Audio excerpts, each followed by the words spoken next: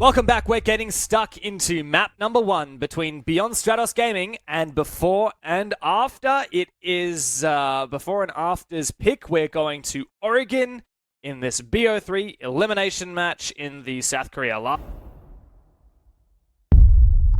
Righty tighty, we are now into the game. We had a little delay, but now we are getting stuck right into it. It is, of course, one of the quarterfinals here in the South Korea League.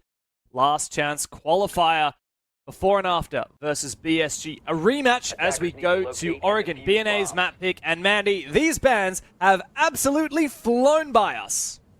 Yeah, that's certainly right. While we were talking a load of rubbish and you had to listen to us, in fact, the bans have gone by. So, Ying and Dokubi taken out seems pretty common these days. They are the fashionable bans for whatever reason it might be. I think it's something to do with, like, you know, taking out your disruptor operators, right? Like, it's extra things that will expedite the attack that you don't really want to have on board. It's also a type of execute that you don't really want to keep track of either. On the side of BSG, of course, they aren't actually bringing along Warden in there as well, so, of course, having the Ying banned out is something that you can then replace that Warden with another more impactful operator, you know, one with, like, actual utility and stuff like that, so that's not bad. I think on the side of the defending bans, though, it's just banning out the greater evils here on Oregon. You don't want to deal with that Fenrir because it can be quite finicky to try and get around those dread mines, especially when you're going in for your executes. And the mirror as well can be quite strong. And I think it's fair enough to take them out.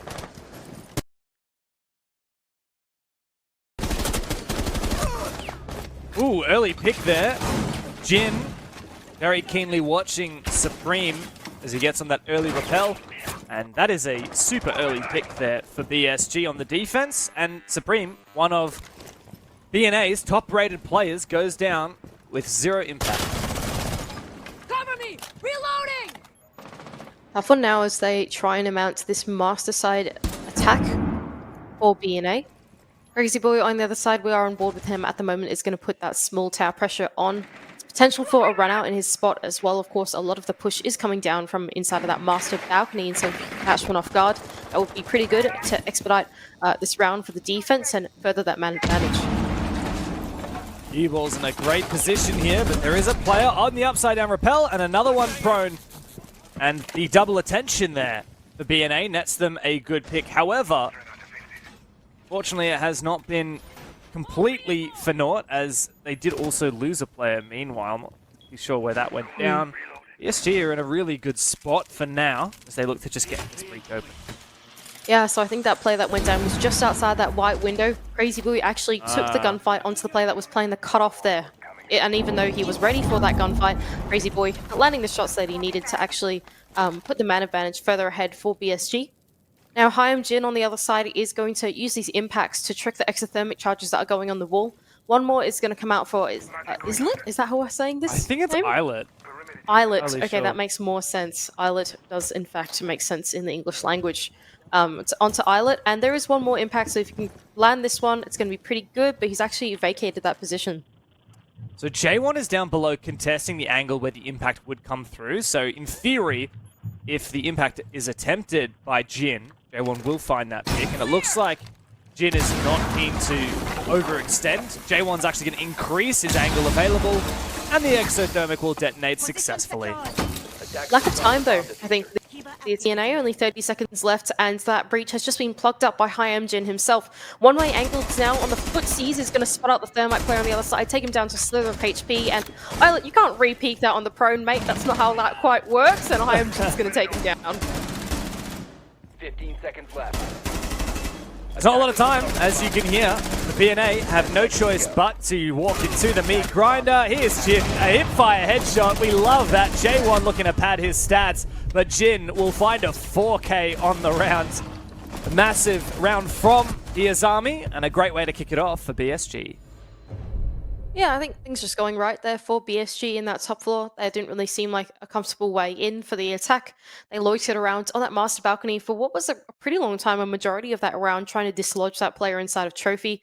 And I think ultimately the Azami being used spontaneously later on in the rounds on the breach really stunted that execute in the man disadvantage for BNA. So I think, yeah, BSG just not overextended, holding on, and they can close out that top floor.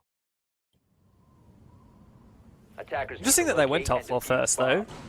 This basement is by far the best bomb site on Oregon at the moment in the meta. Seeing that consistently. I think of all the times we've casted, I reckon there's only been like 2 or 3 attack wins. We've casted a lot of Oregon this stage, man. Oh my god, we've casted so much Oregon this stage. Holy moly. Maybe too much, one could Yeah. say.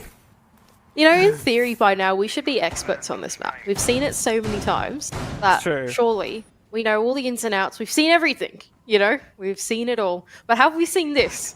Here we go, alright? It's going to be the super fast-paced attacking lineup for BNA. You've got the Amaru, the 5 Blitz, the seconds to Grim, go. the Lion. Now, I don't know what you think's going to happen here, Dev, but I've got an idea of what I think might happen. It's on the side of BNA. It's gotta be a rush. But where is Supreme coming from? J1 is prepping this blitz. Now, there's no solace for the defense, so they won't see this blitz coming, but here it comes! Oh, see you later, Yeebol!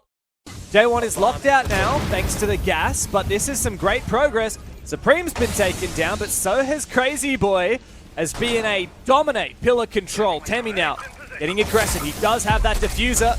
Second E1D to detonate. Temmie needs to not overextend here, but he finds Hyam Jin. And he has an opportunity to cross into the plant spot now. This is perfect for BNA. BSG, what are you going to do about it? Vamos, you're the player to try and deny this plant, but you've been team killed by Crazy Boy. It's completely disastrous for BSG, and a nice little pistol headshot. Pre-fire through the wall for J1 will close what was an incredibly successful rush. Yeah, quick one. I think over in about a minute was that round for BNA. Yeah, BSG, unfortunately, just not quite ready for that rush. They did actually have a player poised early on the double door, anticipating that something might come through, but the moment that the door opened, he was met by the full resistance of BNA. So I think for BNA, as soon as they made that train wreck in through the bomb site, there was not really a way for BSG to get back into it. They just weren't ready for it. And BNA can close out a very quick rush and onto the basement of all things as well. Defenders, protect your bombs from being defused by attackers. Well, is that the kind of thing you can repeat over and over? I don't think so. It looks like the Monty was considered here for a moment. I do wonder whether we'll see that Monty, because BSG actually banned the Montaigne against BNA last time these two teams played each other on Oregon. Of course, it wasn't the Monty that was impactful that round, it was the Blitz and just the general rush, which BSG were completely not ready for. There is a Legion on the board, which is a bit of a counter to the Monty. It looks like the Monty was just picked off anyway onto the Amaru, as there is a gadget bug, allegedly. Sure what's going on 5 there. seconds left before insertion. Sus. Anyway. Attackers are moving out to locate a bomb. Yeah, they look a bit more ready for the rush this time around. They actually have a Goyo canister on that double, next to the double door going into bunker. So it does seem like they are anticipating fast push, but it doesn't. Bada boom, bada bim, we're back into BNA versus BSG. I was thinking this the whole time on the desk, but could you come up with any more difficult names to say? Like, I don't know about you, but they're both 3 letters, or 3 characters, I should say. Yeah. They both start with a B.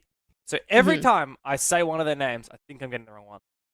I know what you mean. That caught me off guard a few times in the first and second round as well. Like, every time I was like, yeah, the team is doing this, you know? I was like,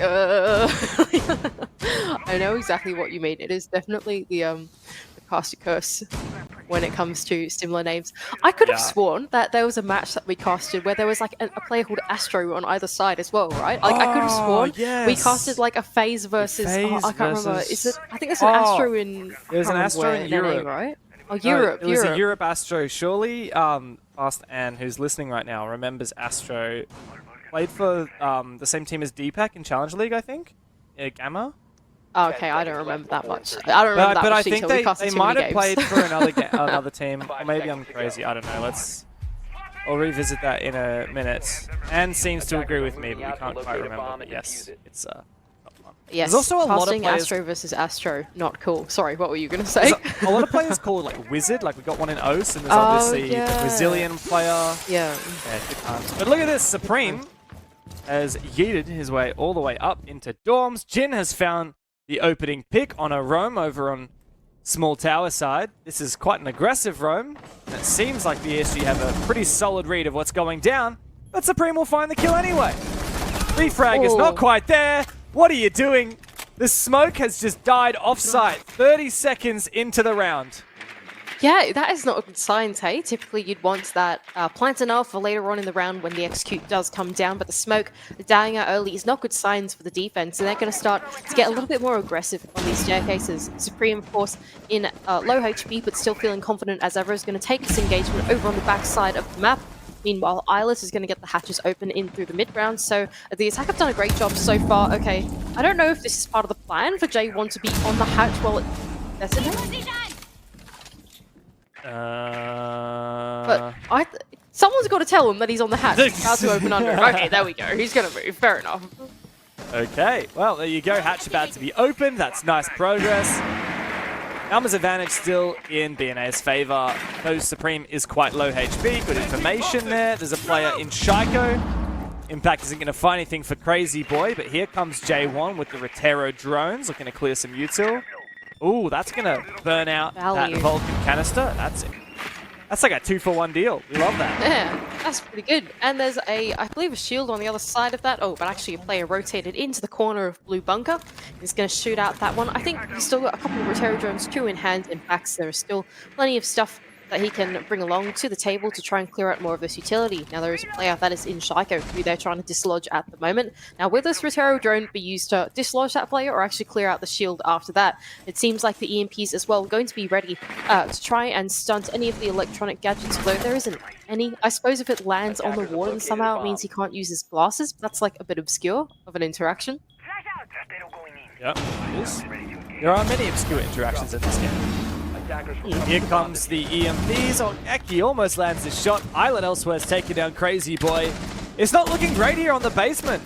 The BSG, they simply cannot hold on to this basement bomb site. 2 versus 4 now. Both operators with fantastic guns, but Supreme has found another kill looking for the final one. And Yeebol is not able to achieve very much at all. Islet to close. BNA back-to-back attacks onto the basement of Oregon. That's not something you see every day at all. That is pretty impressive from BNA, of all things considered. I think they made a great work in the early game, getting their entries in super fast. Of course, making full use of that Amaru.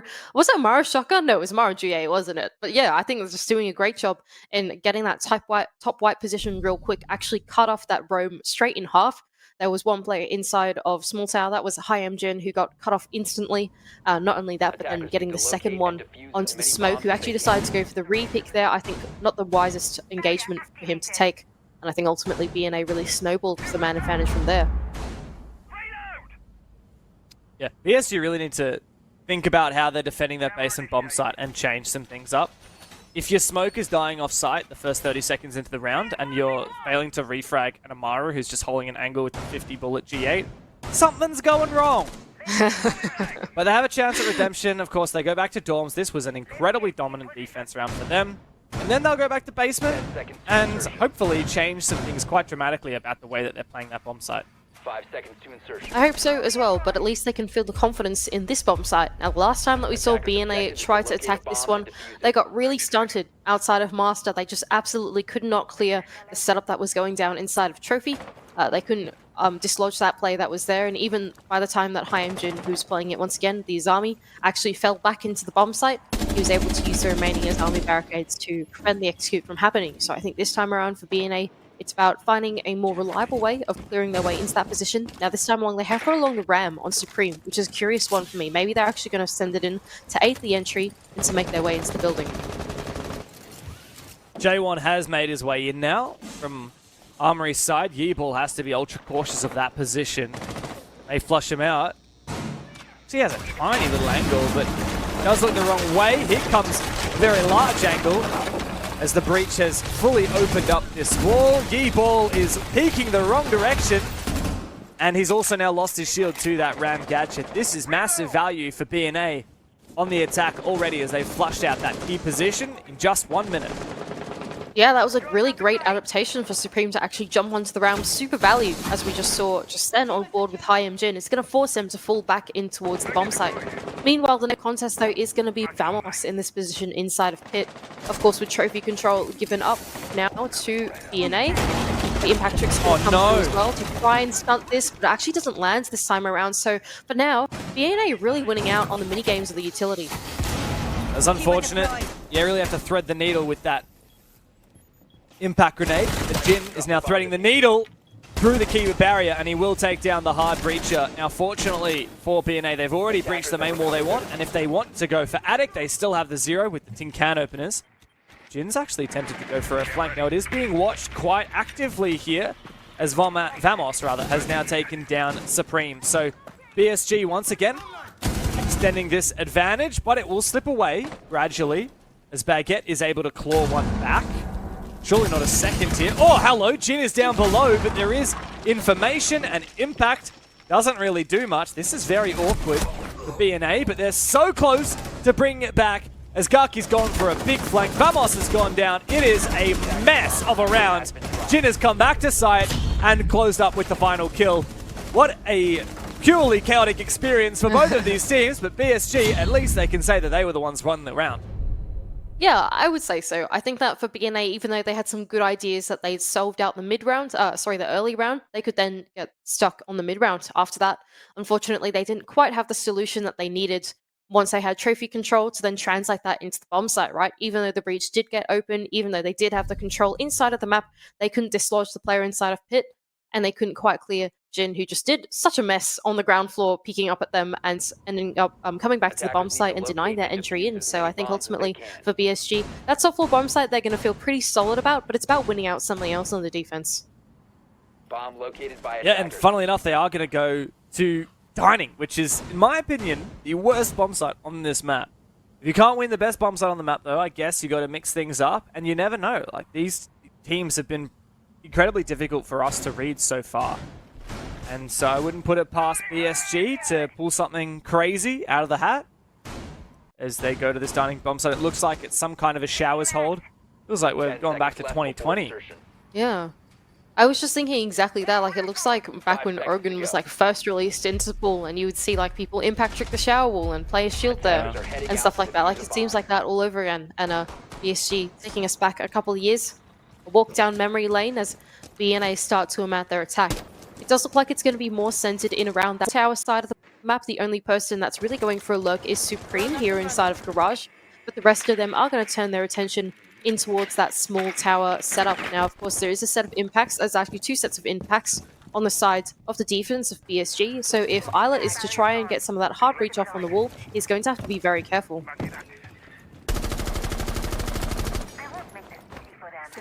Looks like it is step 1, open up, small tower, breach down, looking below. Nice little bulletproof camera there, aggressively watching, but J1 should be able to dodge and weave his Rotero drone onto it. Pretty miraculous the way he managed to dodge those bullets, but ends up clearing that utility regardless, so good on him. And now he's getting even more value out of this Flores by breaching a rotation hole into showers. This is huge. Yeah, the Flores has actually gotten a lot of value, not in just this round, but in all the previous rounds that we've seen BNA do their attacks as well. Oh, Impact Trick is actually going to take out that Flores drone. So the way that the Flores drones work, right, is that even though they are activated, they're not indestructible, they're just bulletproof, right? So if you can land an impact grenade onto an active Flores drone, it will still take it down. And a really nice one from Gaki that just keeps his shield standing but can take down the Flores drone is going to hold on to this power position. Yeah, will he get much value from it, though? Unfortunately not. Credit to BNA. They say, look, if Plan A doesn't succeed, let's go and get the job done ourselves. Jin tried to do the same, and he's been taken out all up to Yeeball in the 1v2, but he's got the down. Now the closer. It truly is a 1v2 now. Islet and J1, do they know? They seem completely unaware. They are watching the angle, and J1 will find the kill. BNA once again steal the lead. And BSG are looking lost on any bomb site that is not dorms. Yeah, curious one, I think, for BSG. I think BNA had a good idea there to go for a linear push, but that's kind of all that they needed to go in through small tower. I think really what was the true telltale of that round was J1 and the value that he was able to get on those Rotero drones. It just opened up so much potential, I think, for the attack. Not only did it clear out all the intel utility of that bulletproof, but it also created an entry hole for them to be able to collapse in on that shower's position. And as soon as they got that, they then unlocked the bomb site for themselves and really snowballed off that man advantage that they had. Ultimately, Evil in that 1 versus 2 was a winnable situation, but all he needed to do was land a couple nice shots, and J1 actually shot back at him for that one. So I think, yeah, like you're saying, it is a bit strange that BSG can't win a bomb site that isn't the top floor, but they're going to re-attempt this basement one now with a little bit of an adaptation, right? They've decided to bring along more of that Azami. We've got the Smokes and the Goyos, who I can only imagine are going to be focusing a little bit more of that utility on the entry denial, because it's pretty important here against this BNA roster of being able to get in so fast. Yeah, well, they've got one last chance to even up the half. Your guess moving into this game, I remember you saying right at the start, is that you expect that this should be like trading halves kind of thing, but yeah, I think BNA have really thrown a spanner in the works by being so proficient on attack, particularly on that basement bomb site. Also, a little, just a throwback, I didn't get to talk about it at the time, but as you said, oh my god, I want to try and talk about something, Jin! Stop getting opening kills, you menace! And he's found a big one onto Supreme, who once again does the exact same push. Baguette, though, might find a little bit more than he bargained for on this Jackal hunting the roamers. There's Jin. Not able to find the kill as of yet. Impact goes out. Wow, what a lot of damage onto Baguette. This has been already a fantastic start for BSG. The second kill and a massive man advantage very early on. Yeah, Hyamjin is having a phenomenal game at the moment. 8-2 is the scoreline that he currently has for him, and that's really strong, especially on a role like Azami, right? Where you need to be so critical, not only through the early round, but through the mid to late round as well. It's one of those roles that you need to be really proactive, and Hyamjin has done such a good job in being able to use those keeper barricades spontaneously and for playmaking rather than holding on to this fortress on the bomb site. And really, I think against BNA, it's a good idea. They've been getting map control super fast, and so I think using the Azami onto entry denial rather than just bunkering down is a good idea. Well, I think that now, in a player advantage as significant as this, you just want to have all 5 players on site and gun up towards the very limited entrances, right? Like on Oregon basement, you can only come from laundry, rear stairs, blue, or freezer stairs. You've got 4 possible options. There's only 3 players on the attack, and you've got 5 on the defense. So you can actually allocate basically 2 players to watch each potential way that a player on the attack might be coming from. So I'm not too worried here for BSG. This really is their round to lose.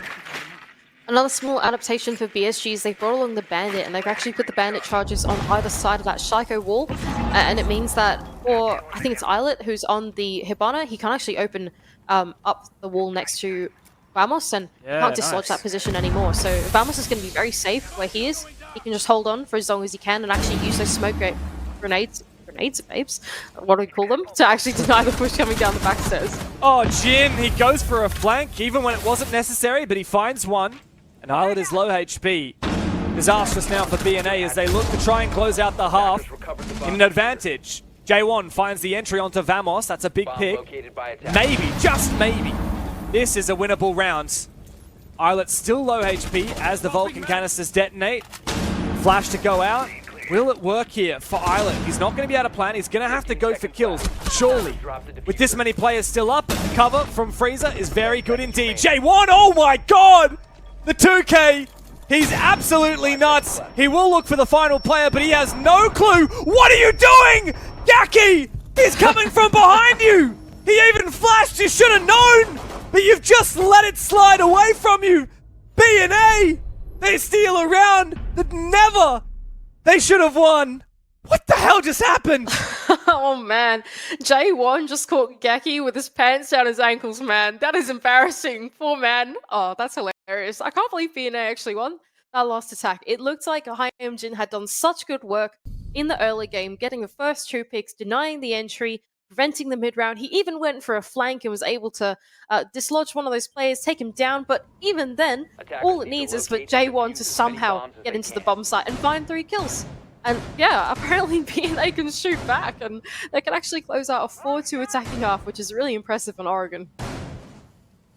Well, J1, 1v3 clutch. I tell you what, Mandy, BSG is cursed on that basement defense. They can find 2 picks on the roam, a 3rd pick on the flank, and they will still fluff a 3v1 with 10 seconds left. I don't know how they do it, but it's amazing. B&A, credit to them. They have ridiculous determination. Never give up.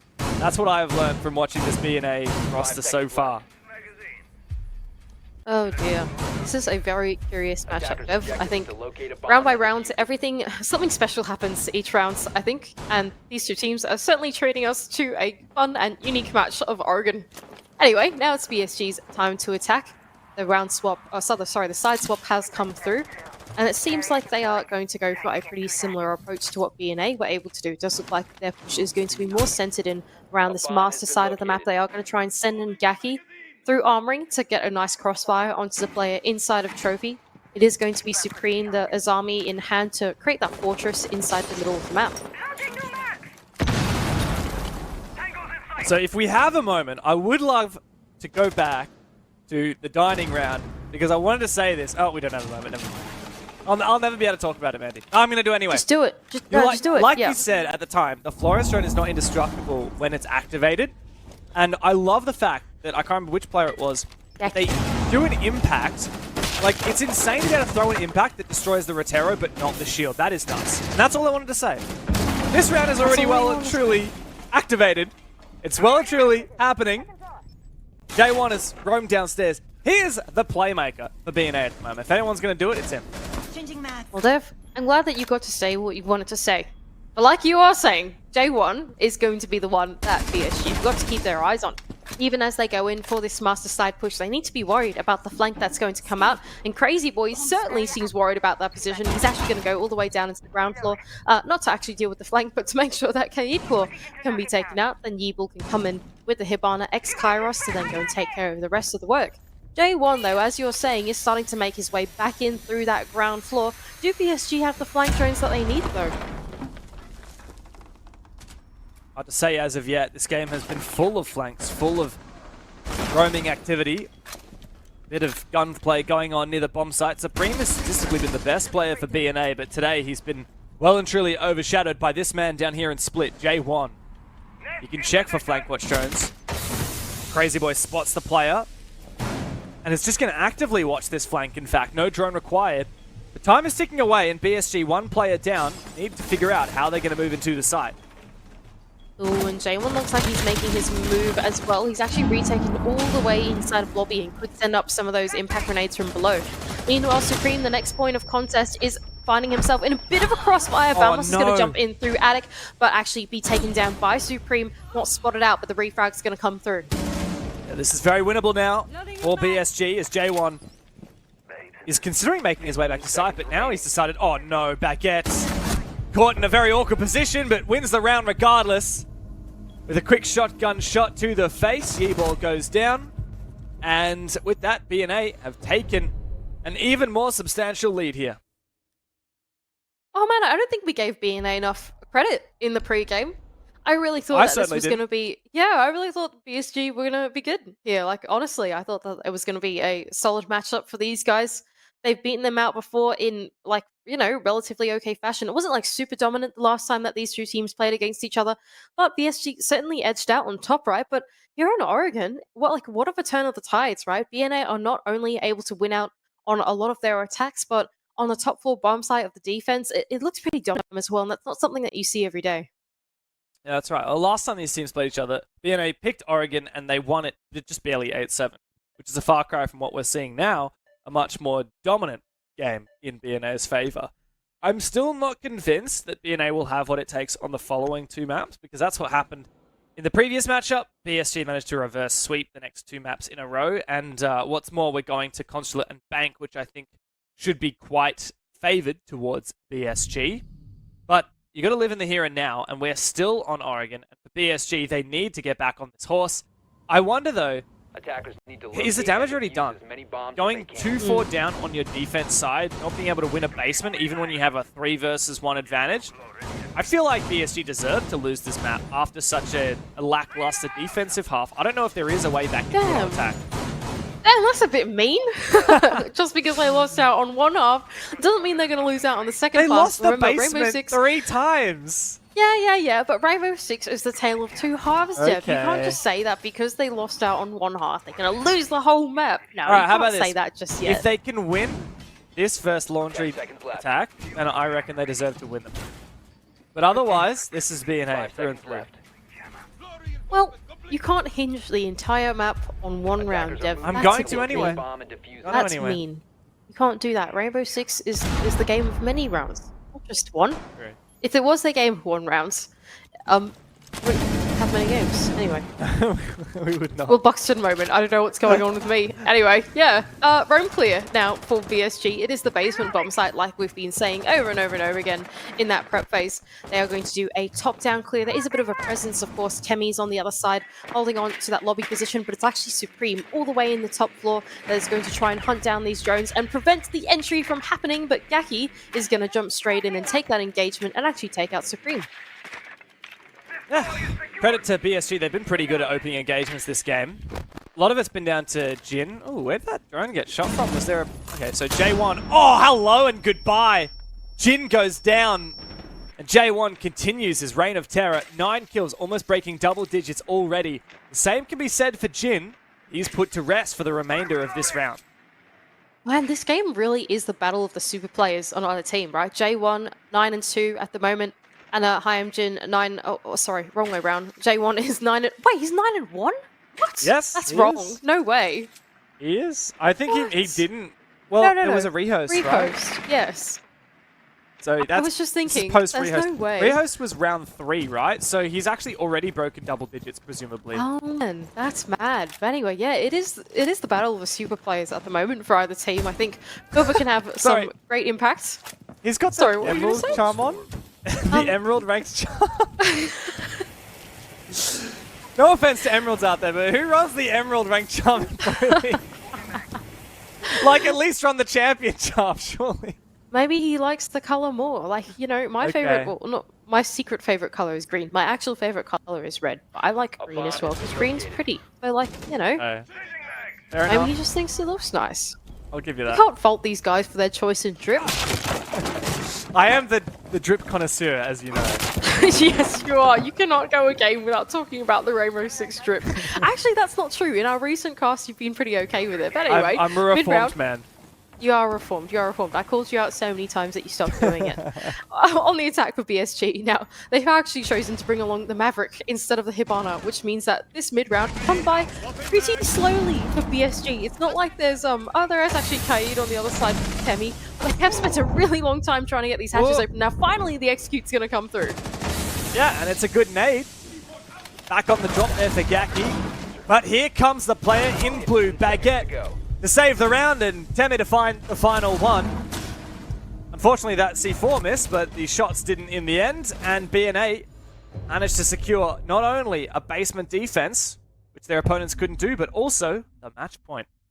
It's pretty good for BNA. I think ultimately for BSG, just taking a little bit too much time. Even though they did actually find that entry kill onto Supreme, we saw that on board with the drone inside of the top floor. By the time that they hit the mid round, they just spent way too long getting the hatches open and actually trying to plan out the execute later on. I think ultimately with the man disadvantage that they had as well after that, J1 of course got the pick outside of the back stairs. They just didn't quite have enough manpower to actually brute force their way down the hatches and then claim the kills that they needed. So BSG, so BNA just playing the time game well on what is typically a very strong defending bomb site. Well, they are now forced onto a tertiary site. So if there was any moment for BSG to finally muster up an attack, it is this. But I don't know. I feel like they're kind of tilted. Like there must be something going on. Even after taking a Yeah. tactical pause, they couldn't crack an attack. Even after finding the opening pick, they couldn't convert it. And I think that's at least 3 or 4 opening picks that haven't been converted for BSG this game. It's been a real tough slog. I don't really know what's going wrong for them. It's hard to put my finger on why the last time they played BNA on this map, it was an 8-7. And this time, they're struggling to muster more than 2 rounds. I think the thing about this matchup is like you pointed out, the win condition isn't actually the opening pick or the early rounds or whatever, right? It's about how controlled you are through the mid rounds and like, are you playing close enough that you can actually land the trades? Are you playing close enough that you can hold crossfires as like things are going down, right? And I think ultimately that is the win condition, not just for BNA, but I think for both these teams. It doesn't really seem to matter who gets the first pick, to be honest. Like I think every round it hasn't really amounted to anything off the back of just getting a little bit of map control, to be honest. But I think what has mattered is actually then keeping tabs of your enemies.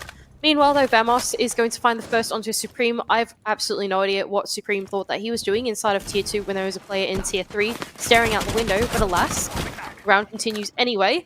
A couple pot shots being thrown in through the soft wall on the other side of Attic will scare away the player on the other side. I think that was J1 on the Jaeger. And they've now got control of Big Tower. You just put 2 air jabs down in the same spot? Yep. Is there a reason for that?